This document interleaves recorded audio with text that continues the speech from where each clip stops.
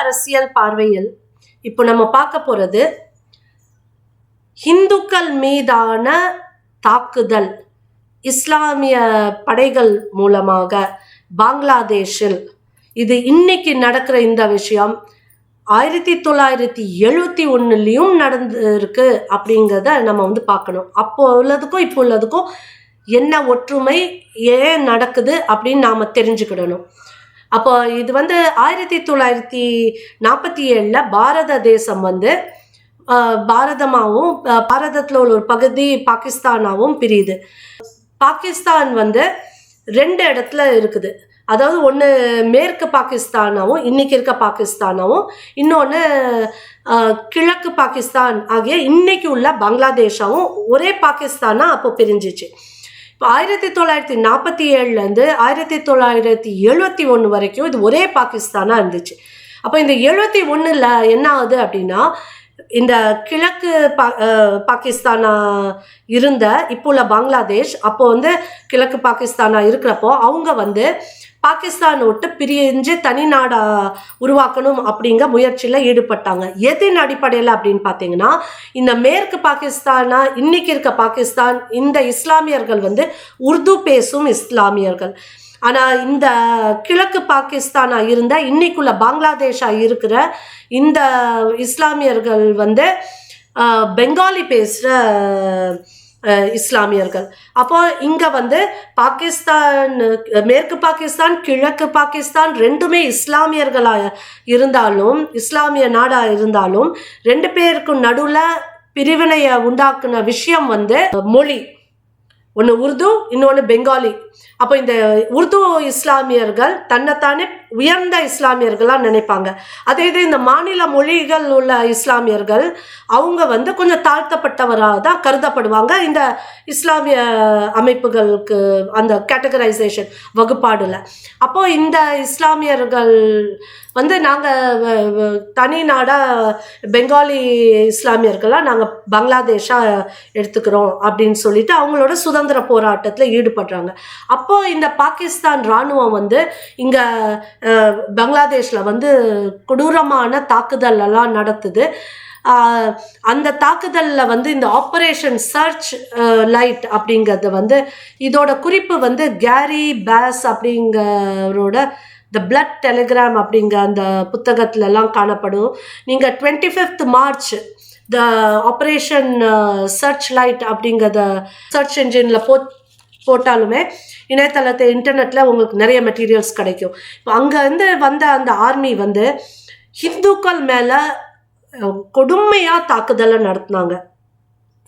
டாக்கா தான் பங்களாதேஷோட கேபிட்டல் அதுக்கப்புறம் ஆனது. இப்போ அவங்க டாக்கா யூனிவர்சிட்டி அங்கே போய் அங்கே இருக்க மாணவர்கள் அங்கெல்லாம், அதாவது இந்த யூனிவர்சிட்டிஸ்லாம், ஹாஸ்டல்ஸ்லாம், காலேஜஸ்லாம் இருக்கிற இந்துக்கள் பெரும்பான்மையாக இருக்கிற இடத்துலலாம் போய் அவங்கள ஃபுல்லாக கொண்டு தீர்த்தாங்க. அப்போ அந்த ஹிந்து மாணவர்கள், ஹிந்து பேராசிரியர்கள் இவங்கள மட்டும் இல்லாமல் அந்த ஹிந்துக்கள் பெரும்பான்மையாக இருக்க கிராமங்கள் எல்லாம் போய் தேடி விரட்டி ஒவ்வொரு ஹிந்துவையும் இது கொண்டாங்க. அந்த யூனிவர்சிட்டியெல்லாம் தீ வச்சாங்க, ஸ்கூல்ஸ் காலேஜஸ் இதெல்லாம் தீ வச்சாங்க, எஜுகேஷனல் இன்ஸ்டிடியூஷன்ஸை.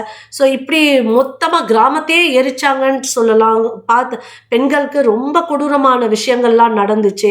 இது 1971 பாகிஸ்தான் இராணுவம் பங்களாதேஷில் இதெல்லாம் நடத்தினாங்க. அதுக்கப்புறம் நம்ம இந்திய இராணுவம்லாம் பாகிஸ்தானை தோக்கடித்து பங்களாதேஷுக்கு சுதந்திரத்தை பெற்று கொடுக்கறதுக்கு முயற்சி செஞ்சிச்சு. பாரத இராணுவத்தினால தான், இந்தியன் டிஃபென்ஸ் ஃபோர்ஸ்னால தான் பங்களாதேஷ்க்கு சுதந்திரமே கிடைச்சிச்சு.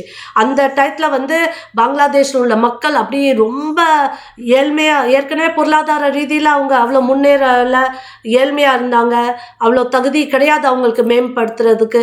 அப்போ அப்படி இருந்த சோத்துக்கு திண்டாடுற நேரத்தில் கூட நம்மளோட ஹிந்து மத அமைப்பான இஸ்கான் அவங்க தான் வந்து அங்கே இருக்க பங்களாதேஷில் உள்ள இஸ்லாமியர்களுக்கும் எல்லாத்துக்குமே அந்த மக்களுக்கெல்லாம் சாப்பாடு போட்டு அவங்களுக்கு உயிர் பிழைக்க வச்சாங்க. இந்திய இராணுவம் அவ்வளோ உதவி செஞ்சிச்சு. அப்போது பங்களாதேஷ் வந்து பாரதத் மேலே நன்றி கடனோடு இருக்கணுமா வேண்டாமா? இது வந்து ஒரு மனிதாபிமான ஒரு பொதுவான ஒரு கேள்வியை தான் நான் கேட்குறேன். இதை நீங்களே சிந்திச்சு பாருங்க. ஆனால் இன்னைக்கு திருப்பி இந்துக்கள் மேல கொடுமையான தாக்குதல் நடக்குது, வன்முறைகள் வெடிக்குது. திப்புதாஸுங்கிறவரெல்லாம் ரொம்ப கொடூரமா உயிரோட அடின்னு அடிச்சு கொண்டு கட்டி வச்சு திருப்பி செத்ததுக்கு அப்புறமும் அவர் அடின்ட்டு அடித்து அதை வீடியோலாம் எடுத்து சர்க்குலேட் பண்ணி அவரை எரிக்கிறாங்க. இந்த வீடியோலாம் சோஷியல் மீடியாவில் அப்படி சர்க்குலேஷனில் இருக்குது. அதுக்கப்புறம் கொஞ்ச நாளைக்கு அப்புறம் திருப்பி ஒருத்தர் அம்ரித் மண்டல்ங்க ஒரு 29 வயசான இளைஞர், ஹிந்து இளைஞரை திருப்பி இதே மாதிரி மாப் லிஞ்சிங் பண்ணி இது பண்ணுறாங்க. இதெல்லாம் ரொம்ப கொடுமைகள்லாம் நிறைய நடக்குது. இப்போ கொஞ்சம் மாதத்துக்கு முன்னாடியும் நம்ம பார்த்தோம். அந்த மாறுதல் யார் பண்ணுறா அப்படின்னா இங்கேயும் வந்து பாகிஸ்தானோட தாக்கம் தான் இருக்குது. பாகிஸ்தானோட ஆதரவோடு தான் இப்போ இருக்க, அதாவது ஷேக் ஹசீனா அவங்க வந்து அங்கே உள்ள ஆவாம் லீக் அப்படிங்க அந்த கட்சியை சேர்ந்தவங்க. அப்போ அந்த பார்ட்டி வந்து எப்படின்னா ஜனநாயக முறையில் ஆட்சி செய்கிறதுன்னு வச்சுக்கலாமே அப்படின்ட்டு இருக்கு. அந்த மத அடிப்படையில் சர்வாதிகாரத்தை கொண்டுட்டு வர்ற கட்சி கிடையாது. அப்படி தான் ஷேக் ஹசீனாவும் அவங்களும் நல்ல இஸ்லாமிய நாடாக இருந்தாலும் அங்கே ஹிந்துக்கள், அதாவது ஒரு சின்ன சம்பவங்கள் நடக்கலாம், பட் அந்த தேசத்து மூலமாக ஹிந்துக்களுக்கு ஆபத்து வரல அப்படின்ட்டே வச்சுக்கலாம்.